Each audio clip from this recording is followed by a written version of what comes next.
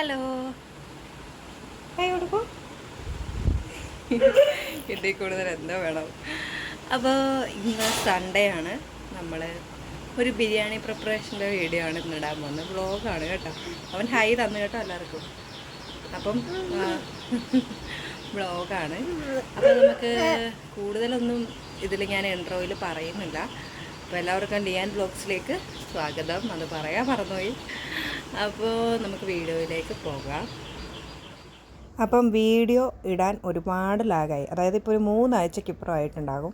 കാരണമെന്ന് പറഞ്ഞാൽ ഒന്നാമത്തെ കാര്യം എനിക്ക് സമയം ഉണ്ടായില്ല. പിന്നെ രണ്ടാമത്തെ കാര്യം എന്ന് പറഞ്ഞാൽ സമയം ഉണ്ടാകുമ്പോൾ എനിക്ക് മടിയാകും എഡിറ്റ് ചെയ്യാമെന്ന് പറഞ്ഞാൽ. അതായത് നന്നായിട്ട് വോയിസ് ഓവർ കയറ്റണമല്ലോ. അപ്പം നമ്മൾ ബിരിയാണി ഉണ്ടാക്കുന്ന വീഡിയോ ആണ് ഇടാമെന്ന് പറഞ്ഞത്. ബിരിയാണിയുടെ പ്രിപ്പറേഷൻ സ്റ്റാർട്ട് ചെയ്തു. സവാള ഫ്രൈ ചെയ്യുവാണ്. അപ്പം മമ്മിയാണ് ബിരിയാണി അരി ചോറ് കാര്യങ്ങളെല്ലാം നോക്കുന്നത്. ഇച്ചയാണ് ചിക്കൻ കറി ഉണ്ടാക്കുന്നത്. അപ്പം എല്ലാ ഞായറാഴ്ച ഇച്ചയുടെ കൂട്ടുകാരന്മാർ വരും. ഇപ്രാവശ്യം കൂട്ടുകാരന്മാർ ഉണ്ടായിരുന്നില്ല. എല്ലാവരും പല പല വഴിക്ക് ബിസിയായിരുന്നു. അപ്പോൾ ഒരാളെ ഉണ്ടായിരുന്നുള്ളൂ. ആ ഒരാൾ അധികം നേരം നിന്നില്ല, പെട്ടെന്ന് പോവുകയും ചെയ്തു. ശ്യാം ചേട്ടൻ മിക്കുവിൻ്റെ ഫേവറേറ്റ് ആണ് കേട്ടോ ഇച്ചയുടെ കൂട്ടുകാരന്മാർ. അതിലൊരാളാണ് ശ്യാം ചേട്ടൻ. അവന് ഭയങ്കര ഫേവറേറ്റ് ആണ്. അങ്ങനെ മിക്കുവിനെ വന്നപാടെ എടുത്തുകൊണ്ടൊക്കെ നടന്നു. പിന്നെ മേമ ചിക്കൻ മാരിനേറ്റ് ചെയ്യുവാണ്. അത് കഴിഞ്ഞ് മമ്മി അരി ഇടുന്ന കാര്യങ്ങളും അരി വേവിക്കുന്ന കാര്യങ്ങളിലേക്കൊക്കെ ഭയങ്കര ബിസിയാണ്. അതിൻ്റെ ഇടയിലാണ് ഞാൻ ഈ ക്യാമറയും കുത്തി കെട്ടിക്കൊണ്ട് ചെല്ലണത്. അപ്പം സവാള ഫ്രൈ ആയി. അത് കഴിഞ്ഞിട്ട് ഇച്ച നമ്മുടെ ഇഞ്ചിയും വെളുത്തുള്ളിയും എല്ലാം പേസ്റ്റ് ചെയ്ത് അതിൻ്റെ അപ്പുറത്ത് തന്നെ കാഷ്യൂവും ഫ്രൈ ചെയ്ത് വെച്ചിട്ടുണ്ട് കേട്ടോ. ഇച്ച അടിപൊളിയായിട്ട് ചിക്കൻ കറി വയ്ക്കും. അതുകൊണ്ട് തന്നെ ഇച്ചനെയാണ് നമ്മൾ ചിക്കൻ കറി വയ്ക്കാൻ ഏൽപ്പിക്കേണ്ട കാര്യമില്ല, സ്വന്തമായിട്ട് ഏറ്റെടുക്കും. അപ്പം നന്നായിട്ട് ചിക്കൻ കറി വയ്ക്കും. മമ്മി നാണ്ട് അരിയൊക്കെ വേവിച്ചു റെഡിയായി.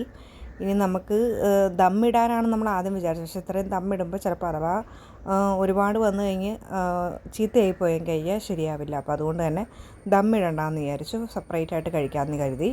അങ്ങനെ നമ്മൾ സവാള മുകളിൽ വിതറിയിട്ടു. ഇങ്ങനെ അടുപ്പിലാണ് നമ്മൾ അരിയിട്ടത്. സ്റ്റൗവിലാണ് നമ്മൾ ചിക്കൻ കറി വെച്ചത്. ചിക്കൻ കറി എന്നൊക്കെ പോകുന്നുണ്ട്. 3 ആഴ്ചയ്ക്ക് ഇപ്പുറം എടുത്തുകൊണ്ട് എല്ലാം വിട്ട് നിൽക്കണേ. റിലേ മൊത്തം വിട്ടു.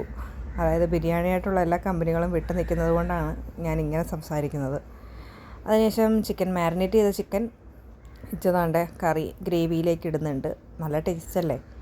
ഫ്രൈ ചെയ്തിട്ട് ഇട്ടാലും ഇങ്ങനെ ഇട്ടാലും നല്ല ടേസ്റ്റാണ്. അടിപൊളി ടേസ്റ്റായിരുന്നു. ഒരു രക്ഷയില്ലാത്ത ബിരിയാണിയായിരുന്നു. കാരണം എല്ലാ പ്രാവശ്യം നീളൻ അരിയാണ് ബിരിയാണിക്ക് വെക്കുന്നത്. ഈ പ്രാവശ്യം നീളഞ്ഞരി കിട്ടാത്തത് കൊണ്ട് നമ്മൾ ചെറിയ അരിയാണ്, കൈമ റൈസാണ് വാങ്ങിയത്. അതുകൊണ്ട് തന്നെ അതിൻ്റെ ടേസ്റ്റ് എങ്ങനെ ഇരിക്കും എന്നുള്ളൊരു വലിയ പിടുത്തം, അതായത് ഹോട്ടലിൽ പോയി കഴിച്ചിട്ടുണ്ട്, നമ്മൾ വെച്ചിട്ടില്ലാത്തതുകൊണ്ട് വലിയ പിടുത്തം ഇല്ലാത്തത് കൊണ്ടും ഭയങ്കര കൺഫ്യൂഷനായിരുന്നു. പക്ഷേ അടിപൊളിയായിരുന്നു.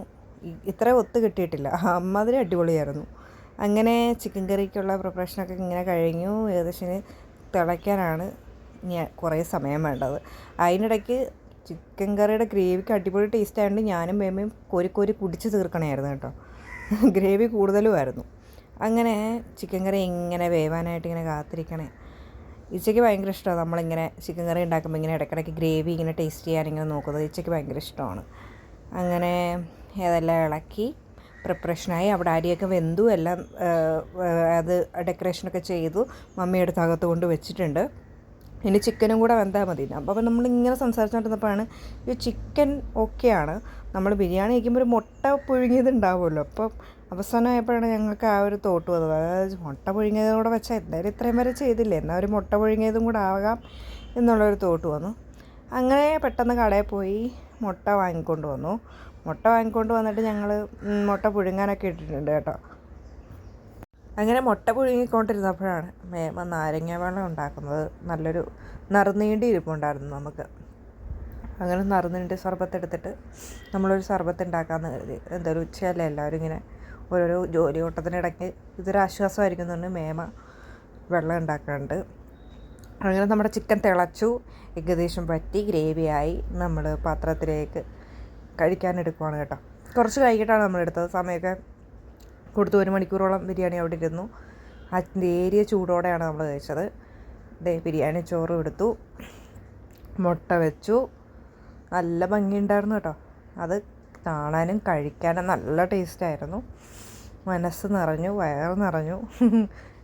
ഉച്ചയ്ക്ക് അത് കഴിച്ചിട്ട് നടക്കാൻ പോലും പറ്റാത്ത അവസ്ഥയായിരുന്നു. അങ്ങനെ ഇതാണ് നമ്മുടെ ബിരിയാണി എല്ലാം റെഡിയായി. അങ്ങനെ എല്ലാവരും ഒരുമിച്ചിരുന്നാണ് കഴിക്കണത്. അപ്പോൾ ആദ്യം കഴിക്കണ വീഡിയോ കാണിച്ചു തരുവാണ്. അപ്പോൾ ഇനി ഒരു അടുത്ത വീഡിയോ ആയിട്ട് വരാം. Tata bye bye.